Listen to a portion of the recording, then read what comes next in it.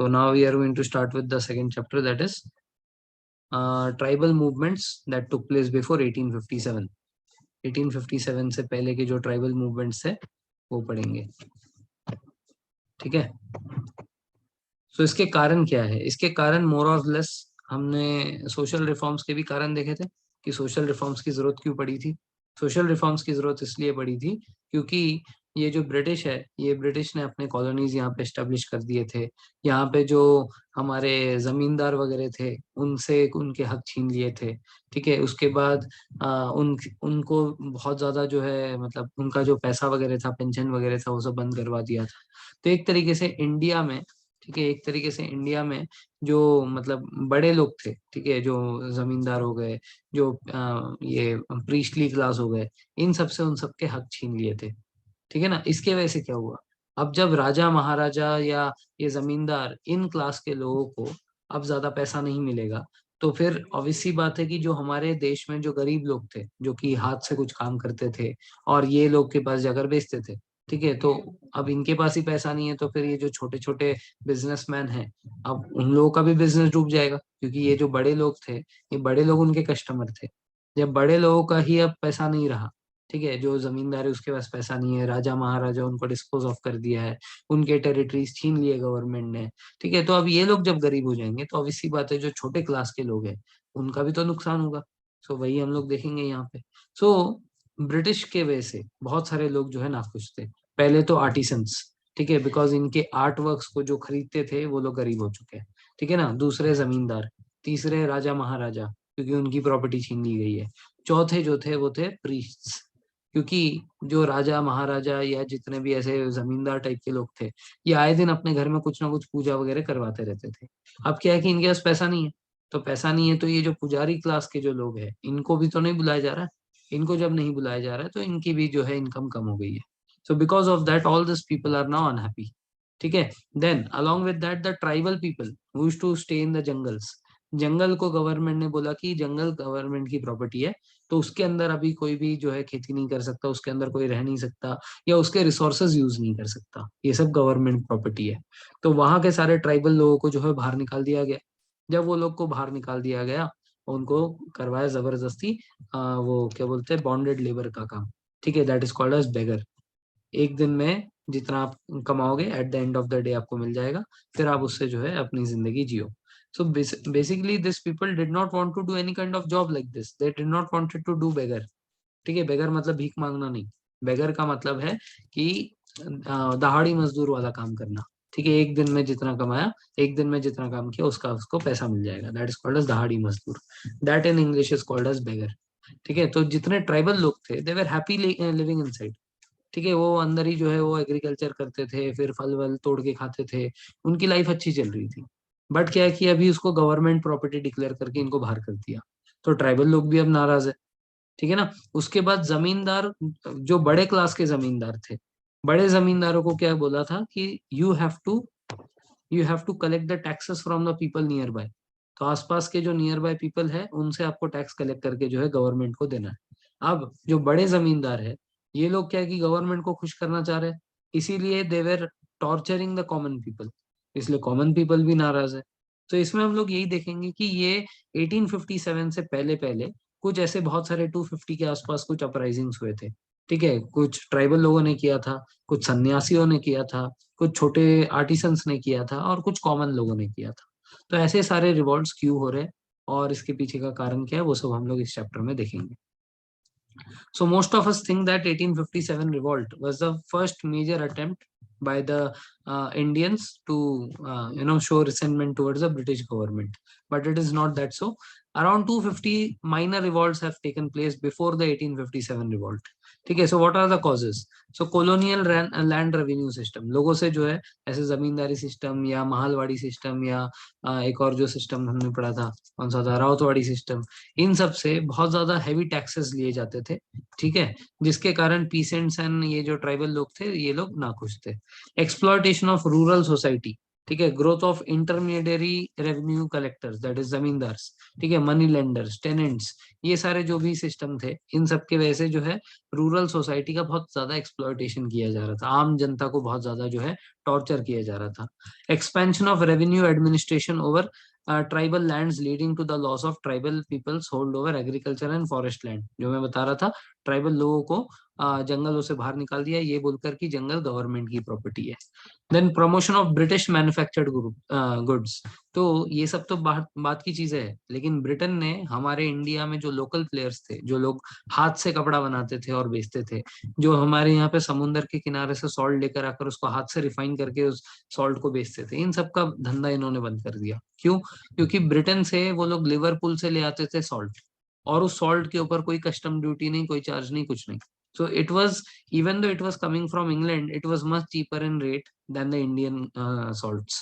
तो Indian salt से भी ज्यादा सस्ता वो लोग अपना लिवरपूल से लाया हुआ सॉल्ट बेच रहे थे। सिमिलरली इंडिया में चरखे से जो है कपड़ा बनता था, ठीक है ना, तो हैंडमेड, तो जिसके कारण खादी कपड़ा जो है बहुत महंगा था। वेराज इंग्लैंड में इन लोगों ने मैनचेस्टर में बहुत बड़े बड़े फैक्ट्रीज बनाए थे, जहाँ पे ये लोग मशीन मेड क्लॉथ्स बनाते थे। तो अब इसी बात है कि एक घंटे में एक कपड़ा भी नहीं बन रहा इधर इंडिया के हाथ से बनाने के चक्कर में। वेराज एक घंटे में वो 100 यूनिट्स बना रहे थे, 100 पीसेस बना रहे थे। So they could sell their goods at a cheaper rate in India, and because of which the local market and the local handloom industry was getting affected. ठीक है ना, तो एग्रीकल्चर की तरफ सब लोग को शिफ्ट होना पड़ रहा था, क्योंकि बाकी सारे जो भी प्रोफेशन थे सब बंद हो रहे थे। ना तो यहाँ पे अभी कोई हाथ का काम कर रहा है, ना तो कोई कपड़े बना रहा है, ना तो कोई सॉल्ट मैन्युफैक्चर कर रहा है, क्योंकि ये सारा जो बिजनेस है ये सब ब्रिटिश खा चुकी है। अब इनको क्या करना पड़ रहा था, they had to turn towards agriculture. अब एग्रीकल्चर भी कितना करेंगे लोग, एग्रीकल्चरल लैंड भी तो लिमिटेड है ना। अब अगर अचानक से there is a increase of let's say 20% people in agriculture, how will the number of agricultural field grow? ठीक है ना, वो तो नहीं बढ़ सकता। इसका मतलब क्या हुआ? इसका मतलब इंडिया में जो है एक तरीके से अनएम्प्लॉयमेंट हुआ, बट ये अनएम्प्लॉयमेंट दिख नहीं रहा था। This is called as disguised unemployment.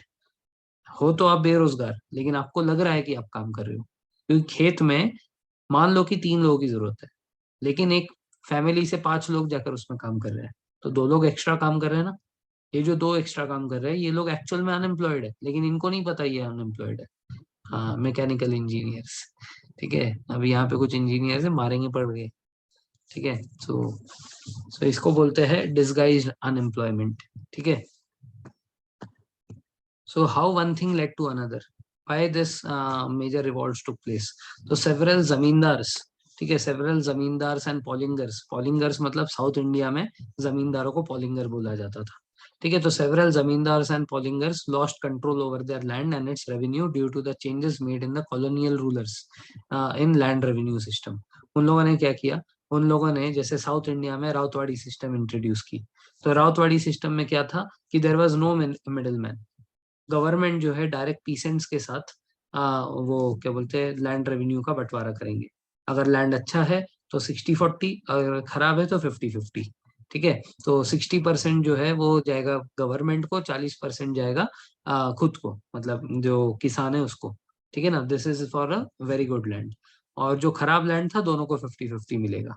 तो इस केस में there is is there any need of the poligar और द जमींदार इन बिटवीन? नो। तो पॉलिंगर की जो है इस तरीके से नौकरी चली गई, इनको जो है हटाकर वहां पे राउतवाड़ी सिस्टम ले आए। राउतवाड़ी सिस्टम में there was no middle man. वैसे ही जो छोटे छोटे जमींदार नॉर्थ की तरफ थे, ठीक है, उनको भी उनके पोजीशन से हटा दिया और बड़े जमींदारों को बड़ा लैंड दे दिया, और बोला कि तुम ही जो है पूरे एरिया का टैक्स कलेक्ट करके हमें दे देना। तो इस तरीके से हम लोग देख सकते हैं कि जमींदार, पॉलिंगर्स, इन लोगों के जो है नौकरी चले गए। ठीक है, अब ये जमींदार थे, अब जाकर भीख भी नहीं मांग सकते क्योंकि ये जमींदार है। ठीक है, और ये जो जमींदारी से जो पैसा कमा रहे थे वो भी बंद हो गया है। तो now they are too rich to go and beg, and too poor to start, और क्या बोलते हैं, मतलब एक second, too rich for going and begging, and too poor to start something of their क्या बोलते हैं ओन थिंग्स। ठीक है, सो जिसके कारण अभी पॉलिंगर और जमींदार जो है ये फंसे हुए हैं। ठीक है ना, तो अभी ये जाकर भीख मांग सकते हैं, और ना तो अभी इनके पास जो सोर्स ऑफ इनकम था वो रहा। तो बिकॉज ऑफ दैट ये लोग तो लुट गए एकदम। ठीक है। अब इंडियन हैंडीक्राफ्ट इंडस्ट्री जो है, ठीक है, इसके जो बायर्स थे, इसके जो पैटर्न्स थे, वो ज्यादातर प्रिंस, जमींदार, ठीक है, फिर कोई एरिया के चीफ, यही सब होते थे। अब ये जब जमींदार और प्रिंस इन सब से जब लैंड छीन लिया गया, इनका जब इनकम बंद हो गया, तो इन्होंने अपने, मतलब इंडियन हैंडीक्राफ्ट इंडस्ट्री ने अपने कस्टमर खो दिए। तो जब उनके कस्टमर चले गए, तो अब इसी बात है, इनको रेवेन्यू नुकसान हुआ। उसके साथ साथ ब्रिटिश गुड के साथ इनका कंपैरिजन होने लगा। ये हैंडमेड बनाते थे और ब्रिटिश जो है वो फैक्ट्री मेड बनाते थे, जिसके कारण इनका इंडस्ट्री और डिक्लाइन हो गया। ठीक है। Third is the priestly class. अब ये जो पंडित्स वगैरह थे, ये लोग भी जाकर जो है ये जमींदारों के घरों में, या जो ये पॉलिंगर है उनके घरों में जाके पूजा पूजा वगैरह करते थे। अब जब उनके पास भी पैसा नहीं है, तो उनके पास भी ये पूजा करवाने के लिए कोई काम नहीं है। तो उस टाइम पे ये जो प्रीस्टली क्लास थी, इनकी भी जॉब चली गई एक तरीके से। ठीक है। So this are the causes because of which 1857 से पहले बहुत सारे रिवॉल्ट्स हुए। So some important uprisings will study. ठीक है। तो सबसे पहले होता है Sanyasi revolt. It is also called as Fakir movement. Sanyasi revolt क्यों बोलते हैं? सन्यासी रिवॉल्ट इसलिए क्योंकि इसमें 10 नामी सेक्ट, ठीक है, एक नागा ट्रेडिशन फॉलो करने वाले 10 नामी सेक्ट है। ये वो लोग हैं जो कि कपड़े नहीं पहनते, ठीक है, पूरे तरह से ऐसे निकेड बॉडी में रहते हैं, बड़े बड़े बाल होते हैं इनके एकदम, ठीक है, एकदम अघोरी टाइप के। ठीक है। तो ये सन्यासीस थे, हिंदू सन्यासीस है। ठीक है। तो ये लोग जो है अलग अलग जगह पे पूजा वगैरह करते थे। बट जब इनके इकोनॉमिक कंडीशंस खराब होने लगे, इनको कहीं से भी पैसा नहीं मिलने लगा, और बहुत ही बुरी तरीके से जो है नॉर्थ ईस्ट में पूरा का पूरा फमाइन आया था। तो जब नॉर्थ ईस्ट में पूरा का पूरा फमाइन आया, और इनके पास पैसे भी नहीं थे, कुछ ऐसे बचा कुचा कुछ भी नहीं था, तो उस टाइम पे उन्होंने सोचा कि अब हमारे पास कोई चारा नहीं है, हमें जाके ब्रिटिश फैक्ट्रीज के ऊपर रेड मारनी पड़ेगी। वहीं से कुछ मिलेगा हमें पैसा, वहीं से मिलेंगे हथियार, उसी से हम लोग जो है ब्रिटेन को लड़ पाएंगे, और वहीं से जो पैसा आएगा उससे हम लोग अपनी जिंदगी जी पाएंगे। ठीक है ना। So the priests were dependent on the alms received by the zamindars, received from the zamindars, sorry, which stopped their income because now the condition of the zamindars are very poor. So because of that, and also because of the 1770 का disastrous famine, ठीक है, because of which they were pushed into harsh economic conditions. ठीक है। तो this sannyasis in the north eastern region, ठीक है, eastern and north eastern region had to fight the British rule. So the Hindu sadhus mostly from Dasnami sect who followed Naga tradition, ठीक है, जिन्होंने कपड़े वगैरह त्याग दिए थे, ठीक है, so they started this revolt. They were joined by large number of peasants, zamindars, disbanded soldiers, कुछ सोल्जर्स को भी ड्यूटी से हटा दिया था उन्होंने, ठीक है, एंड द रूरल पीपल। ये जो सन्यासी है, इन लोगों ने जब रिवॉल्ट स्टार्ट किया, इनको ये पीसेंट्स ने, जमींदार ने, डिसबैंडेड सोल्जर्स ने ज्वाइन कर लिया। ठीक है। So they raided company factories and treasuries. ठीक है। कंपनी के फैक्ट्रीज में जाकर रेड मार दी, ट्रेजरी में रेड मार दी, और कंपनी के फोर्सेस से ये लोग लड़ पड़े। ठीक है ना। Equal partition of Hindu and Muslim was characterized in this revolt. ठीक है। इसमें बाद में मुस्लिम्स भी आते हैं। मुस्लिम में जैसे मजनून शाह, ठीक है, मंजू शाह भी बोलते हैं, चेराग अली, ठीक है, मूसा शाह, ठीक है, ये सारे भी लोग जो है इसमें जुड़ जाते हैं ऐसे मुस्लिम्स। ठीक है। इसीलिए इसको फकीर रिवॉल्ट भी बोलते हैं। ठीक है। सन्यासी रिवॉल्ट बिकॉज इसमें हिंदूज थे, फकीर रिवॉल्ट बिकॉज इसमें मुसलमान भी आ गए थे। तो मुसलमानों में ये फकीर रिबेलियन को लीड किसने किया? मंजू शाह ने और चैराग अली ने, ये दोनों नाम याद रखना। ठीक है ना। और हिंदूज में कुछ औरतें भी थी, जैसे भवानी पाठक, देवी चौधरानी, ठीक है, ये सारे जो लोग थे, ये लोग भी इंपॉर्टेंट लीडर्स है, जिन्होंने इस रिवेलियन में काफी हद तक बढ़ चढ़ के पार्टिसिपेशन किया। अब वॉरेन हेस्टिंग उस टाइम पे जो है, ये 1770s की कहानी है। तो 1772 से जो है वॉरेन हेस्टिंग वाज द, क्या बोलते हैं, गवर्नर जनरल ऑफ बंगाल। ठीक है। तो governor general of Bengal Warren Hasting ने इसको बहुत ही रूथलेसली दबा दिया, जिसमें करीब 150 साधु, 150 साधुस के आसपास मारे गए। ठीक है। तो बंकिम चंद्र चट्टोपाध्याय ने, या चटर्जी ने, इसके ऊपर जो है एक नॉवल लिखी थी, ठीक है, जिसका नाम था आनंद मठ। और दूसरा देवी चौधरानी के ऊपर भी इन्होंने एक और नॉवल लिखी। तो दो नॉवल है इसमें, एक है आनंद मठ, दूसरा है देवी चौधरानी। इसी आनंद मठ में बेसिकली हमारा वंदे मातरम वाला गाना है। ठीक है। सो आनंद मठ से वंदे मातरम लिया गया है। सो Vande Mataram written by Bankim Chandra Chatterjee, taken from the book Anand Math. ठीक है। It is the national song of India. Clear है यहाँ तक? Okay. Next is Poligars revolt. ठीक है। तो पॉलिंगर्स रिवॉल्ट जो है, अभी जैसे मैंने बताया था कि साउथ इंडिया में जो जमींदार होते थे उन्हीं को पॉलिंगर्स बोलते थे। ठीक है, तो जैसे ही इन्होंने विजयनगर एम्पायर में, ठीक है, they introduce the Ryotwari system where the British were directly dealing with the peasants, so their role was totally over. ठीक है, तो ये जो पॉलिंगर्स थे अचानक से इनको जो है मतलब जॉबलेस बना दिया इन्होंने। They change some rules and they totally became jobless. ठीक है, तो poligars were feudal lords who were appointed as military chiefs and administrative governors from the times of Vijayanagar Empire in the parts of South India. ठीक है, they were given the charge of पायलम। पायलम का मतलब एक village या group of village. They collected taxes from the cultivators, तो जो वहाँ के पीसेंट्स थे ये उनसे टैक्सेस कलेक्ट किया करते थे। But the East India Company came into conflict with the poligars over the question who should collect the taxes and sought to control the poligars. ठीक है, तो उन्होंने जो है उन्होंने पॉलिंगर्स को हटा दिया और वो लोग जो है डायरेक्टली पीसेंट से अब पैसा लेने लगे। सो बिकॉज ऑफ दैट, बिकॉज अभी ये लोग पूरे तरह से जॉबलेस हो गए, इसलिए इनके बीच में 2 वॉर्स हुए, फर्स्ट पॉलिंगर वॉर और सेकंड पॉलिंगर वॉर। तो अब देखो फर्स्ट पॉलिंगर वॉर में कोटोबामा नयनन, ठीक है, नायकन, ठीक है, कट्टबामा नायकन, ये बहुत इंपॉर्टेंट लीडर है। ठीक है, बाकी सारे जो लोग थे, बाकी सारे जितने भी पॉलिंगर्स थे, वो लोग क्या है कि ब्रिटिश के खिलाफ लड़ने से डर रहे थे। ठीक है, क्योंकि उनके पास हथियार बहुत स्ट्रांग थे। ठीक है, उनके पास सैनिक भी ज्यादा थे। इसीलिए क्या है कि no one was coming up, ठीक है, टू फाइट द ब्रिटिश। तो ये जो है इन्होंने जो है हिम्मत दिखाई और कोट्टोबामा नायकन ने जो है जाकर पॉलिंगर रिवॉल्ट को लीड किया। So he was alone, he was in charge of Panchalankurichi Palayam. ठीक है, ये गांव का नाम है। ठीक है, नाम इंपॉर्टेंट नहीं है। ठीक है, he had defied the British for 7 years। 7 साल तक उनके ऊपर गोरिल्ला वॉरफेयर करते रहे। ठीक है ना, 7 साल तक यहाँ वहां से निकल निकल के मारते रहे वो अंग्रेजों को, लेकिन 7 साल के बाद उनको पकड़ लिया गया। ठीक है, वो बेसिकली उन्हीं के एक मेंबर ने बता दिया था ब्रिटिश को कि ये इधर छुपा हुआ है और पकड़ लिया था। ठीक है, सो 7 साल के बाद पकड़ लिया और जिसके बाद जो भी रेवेन्यू वगैरह था वो उनको पे करना पड़ा।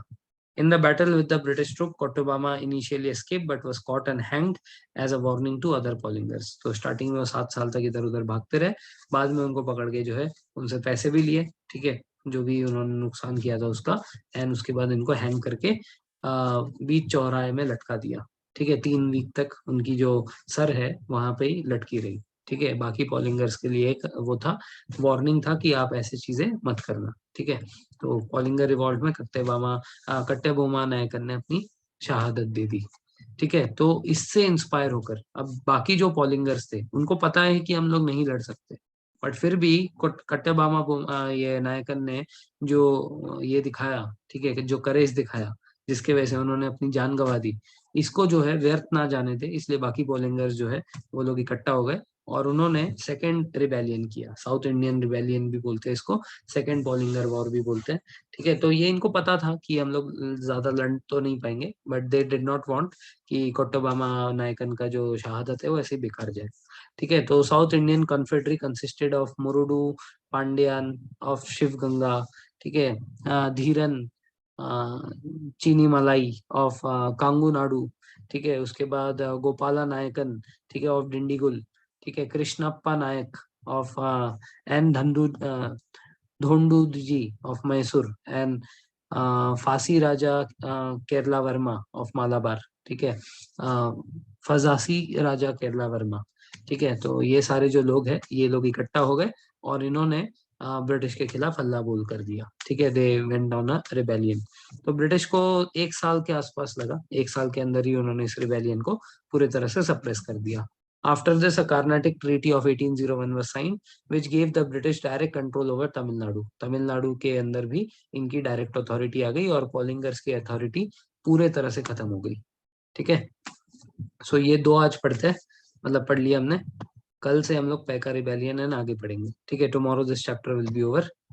ठीक है, and then will start with 1857। चलो, धन्यवाद, थैंक यू वेरी मच।